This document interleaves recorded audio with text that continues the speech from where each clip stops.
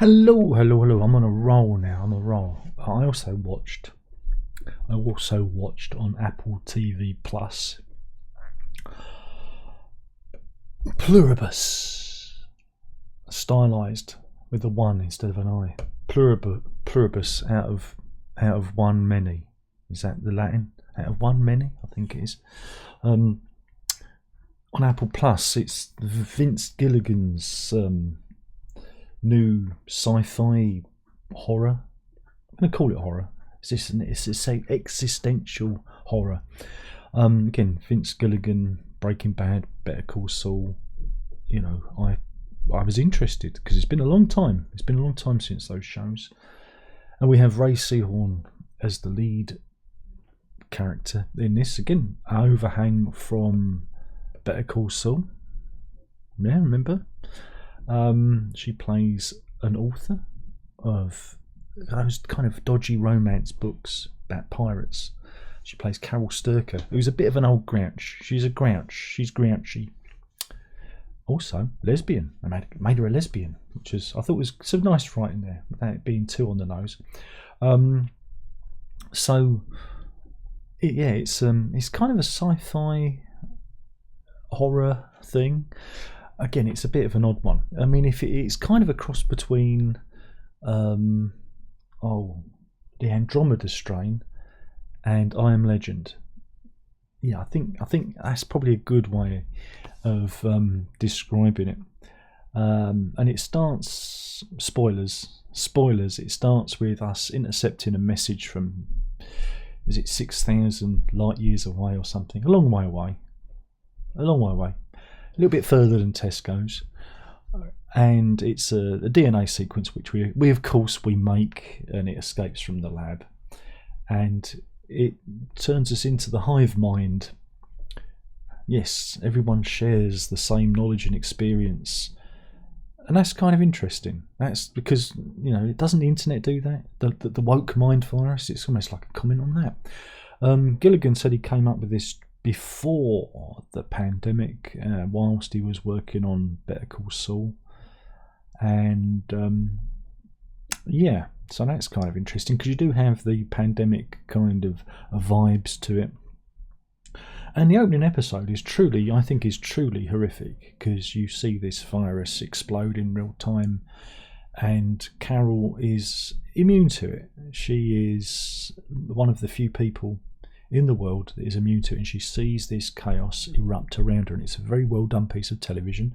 Again, I don't think it's a big budget, but what they do very, very, very well, and it certainly puts you in the midst of it. And it is horrible. What happens is horrible, and people die because, you know, they pass out whilst being infected by this virus, and they bang their heads, and they crash cars and crash planes and whatnot. And that's the premise. And again, I don't know. Gilligan says it's going to stretch he sees it stretching for 4 series. I don't know how he's going to make it last that long, because they drop 2 episodes on Friday, and yeah, they're all right. You know, it's all right. It's okay. I'm with him. I'm going to follow it because I've paid me $9.99. Jesus H for Apple TV Plus. That's gone up. And I'm willing to go back to Albuquerque, New Mexico, because this is where it's based, like Better Call Saul and Breaking Bad. And I'm willing to follow along for this first season series. But again, it's one of those shows where you're left asking, where are we going? Because it's got this very simple premise. And what's interesting about this is, even though it's kind of an invasion, it's a benevolent invasion, because they say to Carol, we're going to make you happy. We just want everyone to be happy. We don't want anyone to, to harm you. We want you to, until you can become like us. And she goes, what if I don't want that? But what you see in the world is, because everybody shares the same experience, and everyone shares the same everyone's plugged into each other, like the internet. Whereas the internet has turned everyone, kind of horrible. You are. we got this where it's actually had the converse effect, where everyone's sharing experience kind of has a deeper understanding, and so everyone gets on with each other because they all know what the next man's feeling and what their motivations are, and it's a great leveler. And so whoever this intelligence is, all those light years away, is actually doing us a favour. They've actually got rid of the idea of war and conflict and politics, and you see everyone working together for the good of humanity. And so maybe it's a good thing. It's an invasion that may actually be a good thing for us. So that's an interesting idea. I don't think that's been done before, where the invasion might actually be beneficial for mankind.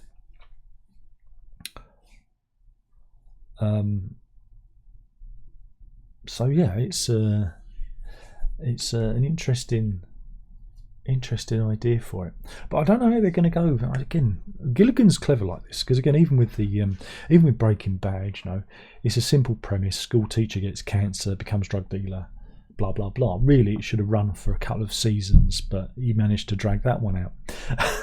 And again, some of his later seasons, on reflection, were a bit long. And I just wonder where this is going to go. I'll give it a go, right? And I like the premise, and I've got that goodwill. It's that goodwill at the moment, because it is Gilligan and Ray Seahorn's good fun, and the people, it's the same team that did the other shows. I'm on board so far, and I like the idea of it. Again, it's not a new idea, alien invasion. We've been doing that for a long time. Like I said, go and look at the Andromeda strain. Again, even with Richard Matheson's I Am Legend, if you watch the Charlton Heston version, there is a point where he does talk to the kind of vampire. They've all been infected by a virus, and he kills them, and that's why they see him as the bad guy. He's the villain. It's like a reversal. And so in this, the one conceit is when Carol gets emotional, the network breaks down and people have accidents, and lots of people end up dying. So she has got some power there. But where is this going? Does Carol have to save the world? Does she want to save the world? Does the world want to be saved? Is she just going to make everyone as miserable, just to break them out of it? So yeah, Pluribus, out of many, one. Maybe she is the one. Maybe that's the thing. Maybe she is the one. But again, it's an interesting idea. I don't know where it's going. Obviously, Carol wants to save the world, but she meets some people in episode 2 who are also unaffected, but they go, "Why? Everything's fine." They're with their own families, and their own families are still acting as their own families, but they have this extra depth to them because they can be anyone inside, because they have this shared consciousness. But they have a family, whereas Carol is alone because she loses her partner in that first episode. And so she's damaged by it. She's directly damaged by it, where those people aren't. And one fellow, he's just living the playboy lifestyle. He's almost like a Hugh Hefner character, because the others, the hive mind, want him to be happy, and so he can stump any lady he likes. They're kind of slave to him. It's a very weird premise, but maybe Carol can work on them, and the idea of free will, maybe she can introduce that and that's what will undo it. But we got 4 series of this if Gilligan gets his way, and it will be interesting to see how it goes, how that sustains itself. I'm curious. I'm a bit nervous about it though, because I'm worried I'm going to get bored by it. Episode 3 is going to be kind of make or break. They're going to have to introduce some very interesting things in episode 3 to really get me to the end of this. I don't know how many episodes there are. Was it 8?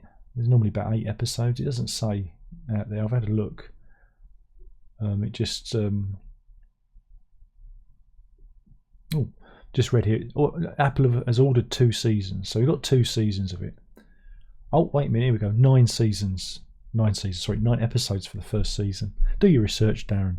Do your research. So we've got 9 episodes to do. That's another 7 I've got to get through. And I think 3 is going to be quite important. 3 is going to have to set down a lot of the framework, for Carol, the protagonist, to work in. They're going to have to introduce some new elements for her to fight against, to work against. She's going to have to maybe work. There's one character, Zosia, who seems to be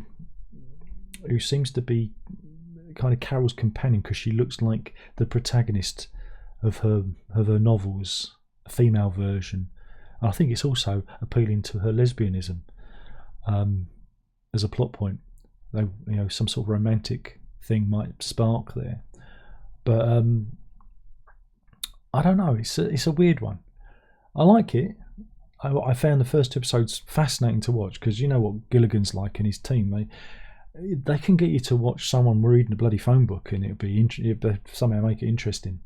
But episode 3 is going to be make or break, I think, because 9 episodes of this, Carol on her own trying to figure it out. Yeah, you could do a 2-hour movie, but 9 hours. This is where some of these shows, they end up having kind of lulls, or episodes where they just diverge. You see it with Severance. Again, the first season series of Severance, it was a bit of a slow boiler, and I really enjoyed it. But then season 2, I don't know, I got frustrated by it, because it wants to keep the whole kind of mystery box. This isn't a mystery box, because we know what the story is. The only mystery is, how does she fix it? How does she undo the joining? Is there a big, throbbing brain at the centre of all this that she needs to hit with an axe or a mallet or something? That's the only kind of mystery box. But if you've got Apple TV Plus, give it a go. If you haven't, is it worth paying the £9, the £10 for it? I don't know. Again, it might be different where you live. I don't know. Even if you're a fan of Breaking Bad and Better Call Saul, it kind of, again, it reminds me of like Twilight Zone episodes stretched out. And Gilligan worked with X-Files back in the early days of his career, so it's got that kind of feel to it. And it is funny. There are some black comedy moments. It's again, Rhea Silms is very fun. I think she's very funny in it. Her desperation, again, she's almost to bring Douglas Adams in, she's almost Arthur Dentish in her exasperation, especially around the others who aren't interested in fighting back. But how do we keep this going? Again, a lot of these shows, I think, go on for a little bit too long. And especially when they've got a very slim premise. Again, Breaking Bad worked because it kept adding characters. It kept, this has got to be the same. Go and watch a show called The Last Man on Earth with Will Forte in it. That's the same. It starts off with him on his own, and then they gradually add more characters to it. And this is what this is going to need. They're going to have to keep bolting on characters for it to kind of keep, or maybe they can spin off to other people's experiences. I don't know. But there you go. That's Pluribus. That's another review of some TV I watched. Ain't you lucky? And looks great. Tightly packed. You get a lot of story in it and a lot of character work on it. In those 2 hours that you get.